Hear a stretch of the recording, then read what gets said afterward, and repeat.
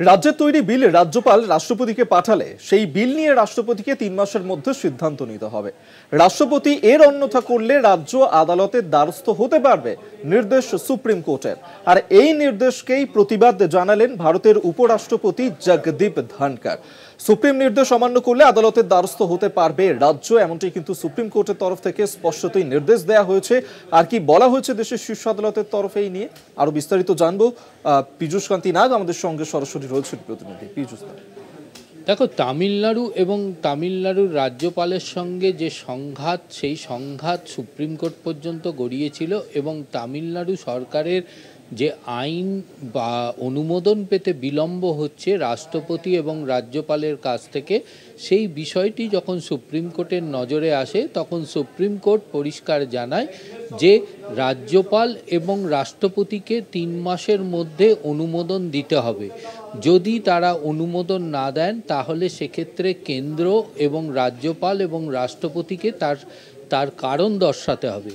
যদি আইন প্রণয়ন সম্পর্কে যদি কিছু কেন্দ্রের মতামত থাকে তাহলে সেক্ষেত্রে কেন্দ্রকে সেই কোয়ারিজগুলো রাজ্যকে পাঠাতে হবে এবং রাজ্যকে সেই বিষয়ে সম্পূর্ণভাবে সহযোগিতা করতে হবে এবং যাতে সেই অনুমোদনের বিষয় অতি দ্রুত হয়। এর প্রধান কারণ হচ্ছে সুপ্রিম কোর্ট এই রায় দিতে গিয়ে মন্তব্য করেছেন যে এই আইন বা এই বিল পাশ হওয়ার ক্ষেত্রে রাজ্যের বিভিন্ন উন্নয়ন যা সাধারণ মানুষের স্বার্থে করা হয় সেই উন্নয়ন কিছুটা স্তীমিত হয়ে পড়ে এবং এই উন্নয়ন ব্যাহত হয়। সুতরাং রাজ্যের সাধারণ মানুষের উন্নয়ন যাতে ব্যাহত না হয় এই অনুমোদনের জন্য, তাই জন্যই সুপ্রিম কোর্টের এই পদক্ষেপ। যদিও সুপ্রিম কোর্টের এই নির্দেশিকার সমালোচনা করেছেন উপরাষ্ট্রপতি জগদীপ ধনকর। তার মতে সংবিধানের 142 নম্বর অনুচ্ছেদ অনুযায়ী এই যে সমালোচনা, এই সমালোচনার প্রেক্ষিতে কিন্তু এটা পারমাণবিক বোমার সমান। পাশাপাশি তিনি মন্তব্য করেছেন যে সুপ্রিম কোর্টের 145-এর 3 অনুচ্ছেদ অনুযায়ী সুপ্রিম কোর্টের ক্ষমতা আছে শুধুমাত্র সংবিধানকে ব্যাখ্যা করার। তার কারণ তিনি দাবি করেছেন যে রাষ্ট্রপতি হচ্ছে সর্বোচ্চ পদ, অর্থাৎ সর্বোচ্চ সাংবিধানিক পদের সিদ্ধান্ত বা কার্যকারিতার ওপরে সুপ্রিম কোর্ট কখনো নির্দেশিকা জারি করতে পারে না। এইটাই কিন্তু তার সমালোচনায় উঠে এসছে।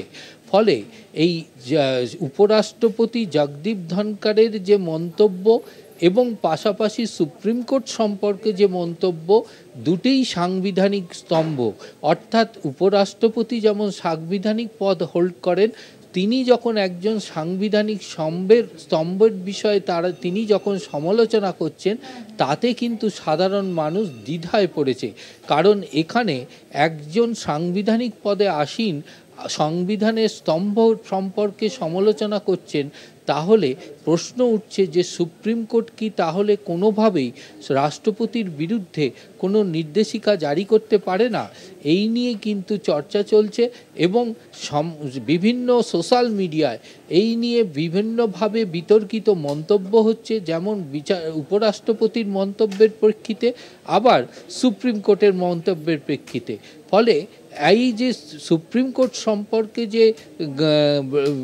যে মন্তব্য একজন সাংবিধানিক পদে আসীন ব্যক্তির, এক্ষেত্রে কিন্তু আইনজীবী বা আইনজ্ঞ মহল মনে করছেন এতে একটা বিচারালয় বা জুডিশিয়ারির ক্ষেত্রে কিন্তু একটা অন্যরকম বার্তা যাবে যদি সাংবিধানিক পদে বসা একজন ব্যক্তি এই ধরনের মন্তব্য করে।